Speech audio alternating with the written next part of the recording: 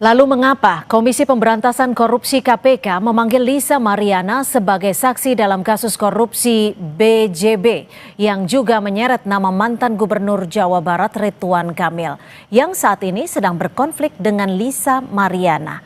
Apa yang akan didalami KPK? Kita akan bahas bersama kuasa hukum Lisa Mariana. Sudah ada John Boy Nababan serta pakar TPPU Yenti Ganarsi. Selamat petang Bang John dan selamat petang juga Ibu Yenti. Terima kasih sudah berbagi waktu di Kompas Petang. Selamat petang. Selamat petang. Selamat petang. Saya ke Bang John. Bang John, Lisa dipastikan hadir besok dan kalau bisa dipastikan hadir, apa sebenarnya informasi yang dimiliki Lisa?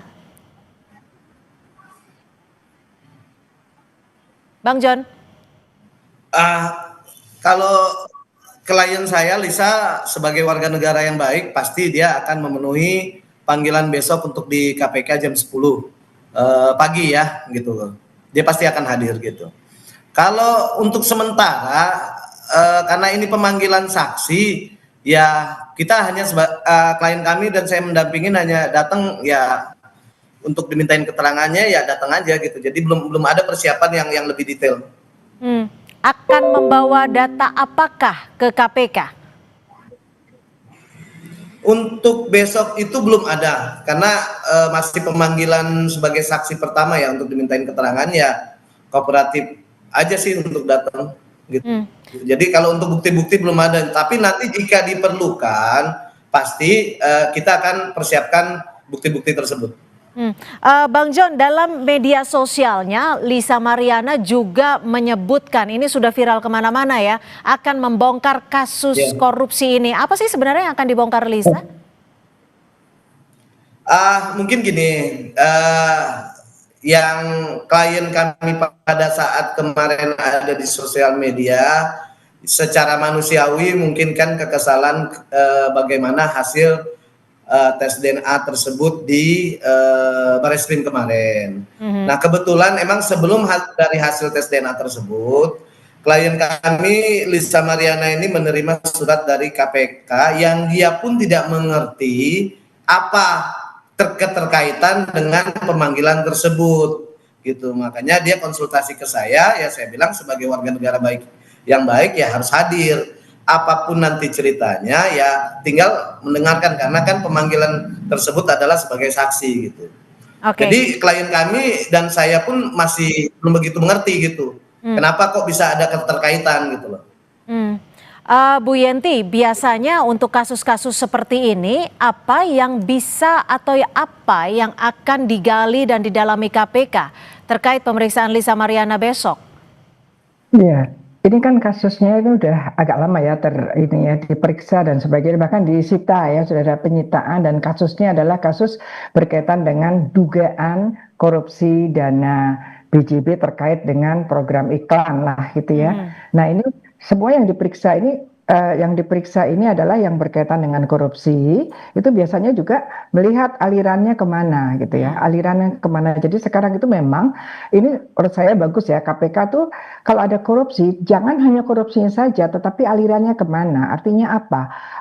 Aliran TPPU-nya kemana ya, alirannya kemana berarti ada TPPU. Memang tiap korupsi itu seharusnya sejak awal itu diselidiki juga TPPU-nya supaya nanti sekaligus dalam suatu dakwaan tuh dua tindak pidana bersama-sama. Berkaitan dengan saksi kan saksi itu mendengar, melihat atau tahu lah ya tentang hal ini. Berkaitan dengan saksi yang akan dipanggil ini yang kita tahu adalah ternyata kenal gitu ya, kenal dengan salah satu yang setelah disita, yang disita harta kekayaannya bahkan digeledah juga. Ya kemungkinannya kalau saya ya berkemungkinannya mungkin ada aliran dana gitu ya, diperiksa kan aliran dana dari tersangka orang-orang yang kemungkinan terlibat korupsi ini itu kemana-kemana aja. Artinya kalau memang ada aliran dana ke sana berarti ini ada TPPU ke sana karena memang harus ini kemana saja uang-uang itu gitu. Jadi jangan selesai siapa saja yang melakukan korupsi, apakah pasal 2, pasal 3, gratifikasi, suap dan sebagainya, jangan cukup di situ. Artinya kalau dalam hal ini apakah KPK mempunyai bukti bahwa aliran dananya diduga juga mengalir ke Lisa Apa ada hal lain yang membuat Lisa Mariana ini juga diperiksa KPK? Kemungkinannya begitu ya, kemungkinan ada aliran. Kalau tidak ada aliran, kemungkinan ada apa ya? Kan ini kan ada sudah penetapan tersangka yang lain sudah banyak ya. Jadi ada cross check dari apa ya? Dari keterangan tersangka yang lain yang nanti kemudian ada kaitannya dengan menyebutkan nama-nama tertentu. Nah, ini bisa jadi nama-nama itu mengetahui tentang korupsinya atau nama-nama yang dikembangkan itu menerima aliran dana korupsinya, artinya TPPU-nya, begitu. Bang John, ini kalau saya tidak salah ya, secara gamblang dalam media sosialnya kan Lisa sempat menyebutkan nih, apa kabarnya dengan kasus korupsi? Saya akan bongkar semuanya. Artinya Lisa tahu apa yang akan dibongkarnya dan apakah kalau kita lihat kasus ini kan pengadaan agensi iklan 2021-2023. Di tahun berapa si Lisa ini mengenal Bang RK? Saya rasa sih kalau menurut keterangan dari klien saya sih dia juga pun tidak mengerti kenapa apa keterkaitan dengan panggilan KPK tersebut. Kenapa? Karena berbicara masalah konteks hubungan personalnya mereka itu mengenal ya kurang lebih kalau nggak salah 2021 ya gitu loh. 2021. Jadi dia juga nggak mengerti gitu dan bingung gitu. Ini apa gitu ceritanya. Makanya saya bilang ya karena sudah ada pemanggilan dari KPK ya kooperatif aja nanti kan bisa tahu gitu apa sebenarnya gitu loh. Tapi kalau kita bicara soal kasus Bank BJB ini pengadaan agensi iklan dari tahun 2021-2023. Dalam rentan tahun segitu, apakah Lisa pernah menerima dana dari Pak RK? Untuk masalah menerima dananya dia tidak pernah menerima dana ya. Tapi kalau memang selama mungkin mereka pada saat di situ ada kedekatan ya mungkin hanya ya sepintas mungkin uang-uang jajan, tidak ada yang lain. Sebatas itu aja sih menurut keterangan klien saya yang saya dengar gitu loh. Kalau uang-uang jajan itu berapa besarannya dan apakah gitu. ditanyakan juga? Karena klien kami itu murni tidak pernah ada keterikatan pekerjaan apapun, kontrak apapun dalam hal BJB tersebut gitu loh. Jadi tidak ada pernah ikatan kerjasama dalam hal pekerjaan ya dengan BJB ya? Untuk dikonfirmasi? Ya, tidak ada. Oke, tidak ada sama hanya sekali. menerima uang-uang yang Anda tadi sebut uang jajan itu ya? Iya. Ketika menerima yang Anda sebut uang jajan itu nominalnya berapa? Dan apakah Lisa bertanya uang jajan itu asalnya dari mana? Saya kurang begitu bertanya detail kepada klien saya karena kan itu sangat sensitif, itu personal pribadinya dia gitu. Jadi saya karena kemarin terfokus menanganin perkara untuk masalah di Bareskrim ya tes DNA hanya sebatas itu. Pada saat menerima surat KPK ini saya hanya bertanya garis besarnya saja. Saya bilang ya kalau emang kamu tidak ada keterkaitan ya datang saja gitu, nggak harus dipusingkan sih itu. Lalu apa dong yang biasa yang menurut Anda akan disasar kalau memang Lisa tidak menerima aliran dana dari kasus pengadaan agensi iklan di BJB?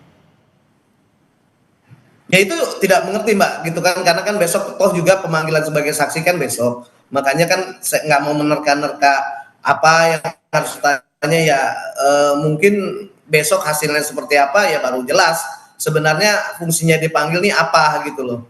Gitu. Karena nggak bisa menebak-nebak. Saya juga gitu. Kami konfirmasi kembali, apa sebenarnya yang akan dibongkar Lisa? Seperti yang ia sempat ucapkan di media sosialnya.